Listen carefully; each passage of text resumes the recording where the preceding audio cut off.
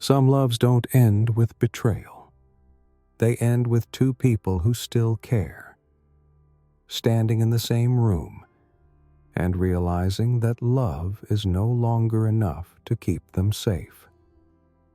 I used to think letting go meant giving up. But the truth is, sometimes letting go is the only way you can love someone without destroying them. And maybe that's the cruelest kind of love. The love that doesn't turn into hate, doesn't become a war, doesn't even become a story you tell with anger. It becomes a quiet decision, a soft goodbye, a love that walks away, still holding the door open in its heart. This is the story of the love that let go. Not because it was weak, not because it didn't try, but because it finally understood that staying was starting to hurt more than leaving. In the beginning, love felt simple, not loud, not cinematic, not the kind that makes your friends roll their eyes because you won't stop talking about it. It was calm. It was the kind of love that happened while you were doing ordinary things, buying groceries, sharing a headphone on a crowded bus, standing in a kitchen at midnight because one of you suddenly craved something sweet. We didn't fall in love in a single moment. We became close the way warm light fills a room, slowly, quietly, almost without noticing. At first, I thought that was the safest kind of love, because nothing felt forced. No big promises, no dramatic forever, no pressure to become something perfect. Just two people finding each other in the middle of life and saying, without words, "Here, with you, I can breathe." And you were gentle with me. You didn't try to fix me. You didn't try to change my personality into something easier to love. You just learned me. You remembered small things, how I liked the room a little colder at night, how I got quiet when I was overwhelmed, how I smiled differently when I was truly relaxed. And I loved you in the same quiet way. I noticed how you checked the lock twice before sleeping, how you always looked back when we crossed the street, as if making sure I was still there. How you pretended to be fine, even when your eyes were asking someone to hold you. We didn't say "I love you" 1,000 times. We said it with presence, with softness, with the way we stayed. And for a while, that was enough. For a while, we were enough. People think relationships break with explosions, shouting, cheating, doors slamming, a final sentence that can never be taken back. But some relationships break like a thread, slowly thinning. No sound, just less. Less patience, less warmth, less space to be human. The first crack was so small, I almost ignored it. It was a night when I was talking, and you weren't really listening. Not because you didn't care, but because you were tired in a deeper way. A tiredness that sleep couldn't touch. Your eyes looked at me, but your mind felt far away. I asked if you were okay. You said, "Yeah, just a long day." And I believed you, because love taught me to trust you. But later, when you turned away in bed, I felt it. That strange loneliness you can only feel when someone is beside you. It didn't happen every day. It happened just enough to make me start paying attention. I noticed you were quieter after work. I noticed you smiled faster than you used to, like you were trying to reassure me before I even asked. I noticed we stopped talking about the future, not intentionally, but naturally, as if the future had become a fragile glass we didn't want to touch. And still, we were kind. Still, we were loyal. Still, we loved each other. That's what made it confusing. Because if love was present, why did it start to feel like I was slowly losing you? Somewhere along the way, our love stopped being a place we rested and became something we worked on. At first, I told myself that was normal. Relationships take effort, right? Love isn't supposed to be easy all the time, but effort and strain are not the same thing. And one day, I realized I wasn't just loving you anymore. I was managing us. I was timing my words so they wouldn't land wrong. I was reading your face like it was a weather forecast. I was adjusting my needs so they wouldn't overwhelm you. And you were doing your own version of that too. You were holding your stress inside so it wouldn't spill onto me. You were swallowing emotions you didn't know how to explain. You were trying to be strong because you thought love meant protection. But love isn't protection if it forces you to disappear. And slowly, we began to lose the parts of ourselves that made us feel alive. We still cared. We still showed up. But we were no longer free. And I didn't want a love that required you to shrink. I didn't want a love that required me to become silent. So I tried harder. I suggested date nights. I suggested conversations. I suggested, let's do better. And you nodded, and you agreed, and you tried too.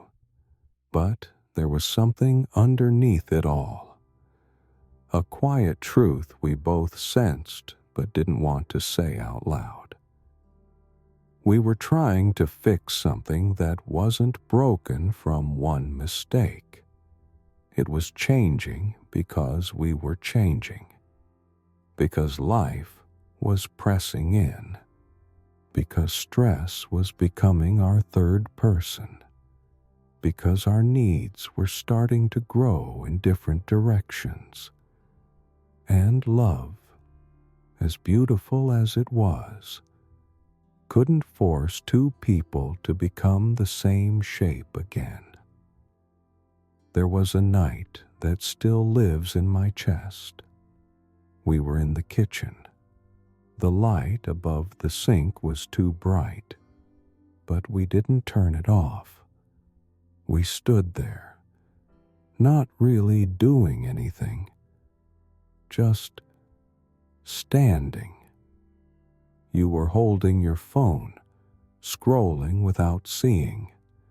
I was leaning against the counter, watching you like I was watching a person who might be leaving soon. And then you sighed. Not dramatic, just tired. and I asked softly, "Are we okay?" You didn't answer at first. You swallowed. You looked up at me like your eyes were carrying a truth your mouth didn't want to betray. Then you said, "I don't know what's wrong with me." And my heart cracked because I knew that sentence. I knew the way people say it when they're drowning, when they're scared that the person who loves them will finally get tired. So I stepped closer. I put my hand on your arm. I said, "Nothing is wrong with you. You're just carrying too much." You nodded, but your face didn't relax. And then you said the sentence that changed everything for me. "I don't know if I can be what you need right now." It wasn't cruel. It wasn't cold. It was honest. And honesty can be the sharpest thing when you're still in love. I wanted to answer quickly. I wanted to fix it. I wanted to say, "No, we'll be fine. We'll figure it out." But something in me refused to lie, because I had started feeling it too. Not that you didn't love me, but that love wasn't reaching the places it needed to reach anymore. So instead, I said, "What do you think I need?" You stared at the floor. Then you said, "Peace." And that was the moment I understood. Because it wasn't just about romance. It wasn't just about connection. It was about safety, about rest, about a life that doesn't feel heavy every day. And I realized I had been holding on to love while peace was slipping away. There is a painful lesson no one teaches you when you're young. Love does not guarantee compatibility. You can adore someone and still suffer with them. You can be loyal and still slowly break. You can care deeply and still need to walk away. For a long time, I thought that meant love was fake, but it didn't. It meant love was real, and life was real too. It meant we were two good people trying to build a home while the ground beneath us kept shifting. Our rhythms didn't match anymore. I wanted to talk when I was scared. You wanted to go quiet. I wanted reassurance through words. You offered reassurance through presence, but when your presence became tired, I felt abandoned. You wanted space to breathe. I wanted closeness to feel safe. And neither of us was wrong. We were just different. And difference isn't a problem until it turns into pain, until it turns into resentment, until it turns into the quiet thought you hate yourself for having. Why can't you just understand me? But understanding isn't always the missing piece. Sometimes the missing piece is capacity. Sometimes people don't fail to love you. They fail to carry the weight of what you need at that season of life. And that doesn't make them bad. It just makes them human. When love becomes painful, people often look for a villain because it makes leaving easier. If someone betrays you, you can walk away with anger. If someone lies, you can walk away with certainty. But what do you do when the person in front of you is still kind? when they still hold your hand in public, when they still check if you ate, when they still look at you like they don't want to lose you, but they're also losing themselves. That kind of love traps you because you don't want to hurt them and you don't want to be hurt. So you stay in the middle, in the almost, in the maybe it will get better, in the waiting room of your own life. I stayed there longer than I should have, not because I was weak, but because I kept remembering how good we were, how safe we felt, how we used to laugh, how your voice sounded when you were truly relaxed. And I didn't want to lose that. I didn't want to admit that some beautiful things are not meant to last forever. But the heart has a quiet wisdom, and mine kept whispering, "This is still love, but it's not home anymore." There was a day I replay sometimes, not because it was dramatic, because it was small. We were sitting together, and I was talking about something important to me, a fear I had, a worry I couldn't shake. I wasn't accusing you, I was just reaching. And you listened. You nodded. You said, "I get it." But your eyes looked tired, and your body looked like it wanted to leave the conversation. Not because you didn't care, because you didn't have the energy. And suddenly, I felt it. I was begging, not with words, with the way my voice softened, like I was trying to be easy to love, with the way I shortened my feelings so I wouldn't be too much, with the way I tried to hold my tears back so you wouldn't feel guilty. I was translating my pain into a language you could handle, and I hated that. Not because you were wrong, but because I missed myself. I missed the version of me who didn't have to edit their heart. And that's the thing people don't understand. Sometimes you leave not because you stopped loving them, but because you started losing you. And you can't build a life on the ruins of your own spirit. People ask, "When did you know it was over?" As if endings come with a clear date. But my ending was a slow understanding. It was a collection of moments. The way silence felt heavy. The way we avoided certain topics. The way joy became rare. The way affection started to feel like comfort instead of connection. It was the way I started imagining a future where I was alone. And instead of fear, I felt relief. That was the moment that scared me.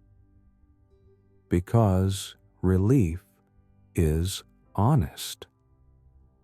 Relief is not something you can fake. And once you feel relief at the thought of leaving, your heart has already begun to let go. But letting go doesn't mean you hate them. It means you're tired of hurting.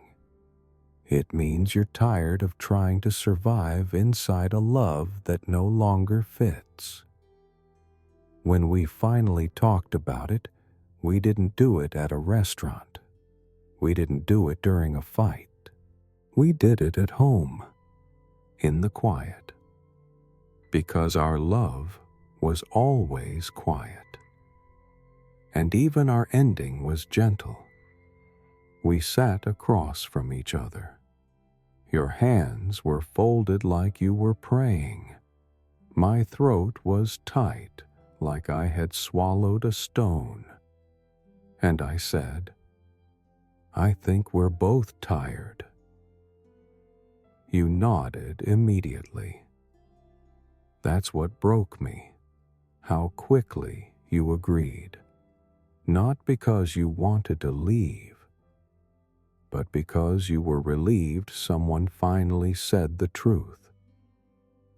Then you whispered, "I didn't want to be the one to say it." And I understood that too, because neither of us wanted to be the villain in a story that had no villain. We just didn't want to hurt the other person. But avoiding pain only stretches it longer. So I asked, "What are we doing?"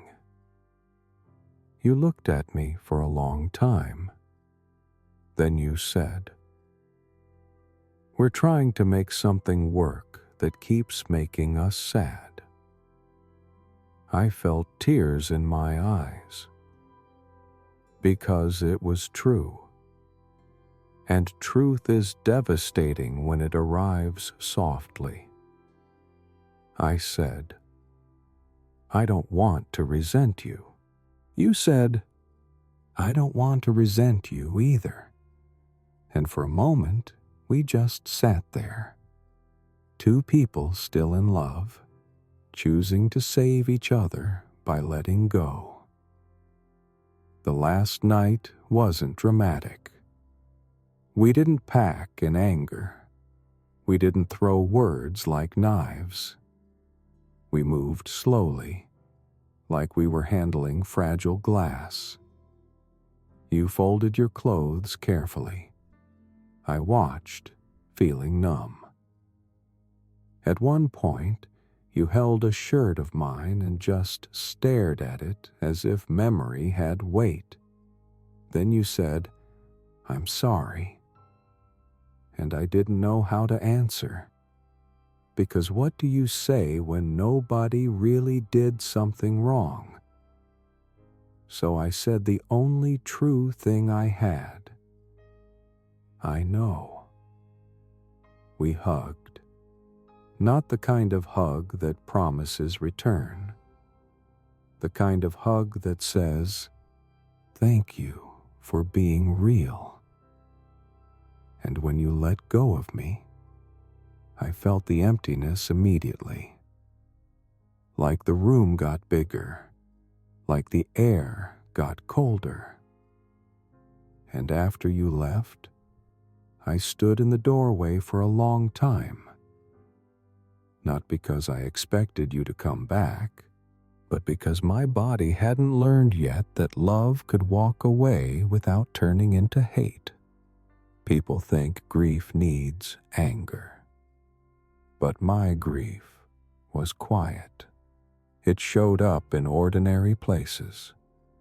I reached for my phone to tell you something small, then remembered I couldn't. I bought your favorite snack without thinking, then realized nobody would eat it. I heard a song in a store and my throat closed. I laughed at something alone, then felt the ache afterward, because I wanted to share it. This is the part nobody prepares you for. When love ends gently, you don't get the satisfaction of blaming. You just miss them. You miss their presence. You miss the version of yourself that existed beside them. And you wonder, late at night, if letting go was a mistake. If you gave up too early. If you should have tried more. But the heart knows the difference between trying and sacrificing your peace. And I had sacrificed my peace for too long. So in the quiet, I kept reminding myself, I didn't leave because I didn't love them. I left because love should not feel like slow drowning. Letting go is not forgetting. It's not pretending it didn't matter. It's not erasing someone from your soul. Letting go is choosing reality over fantasy. It's choosing peace over potential. It's choosing the life you have over the life you keep hoping someone will become ready to build. Letting go is also love, a different kind, a mature kind, the kind that says, I see who you are, and I see who I am, and I see what this is doing to us. And instead of forcing it, instead of squeezing the last sweetness out of something that's turning bitter, you release it. So it can stay beautiful in memory instead of rotting into resentment. That is the love that let go. Healing didn't arrive all at once. It came in small proofs. One day I realized I hadn't checked my phone expecting your name. One day I realized I could breathe deeply in my apartment without feeling that invisible tension. One day I realized my laughter returned without being followed by sadness. And then, there was a day I didn't think of you until the afternoon. And instead of guilt, I felt something softer, gratitude. Because loving you taught me what gentleness feels like, and losing you taught me what self-respect requires. And I realized, some loves are not meant to be kept. Some loves are meant to be learned.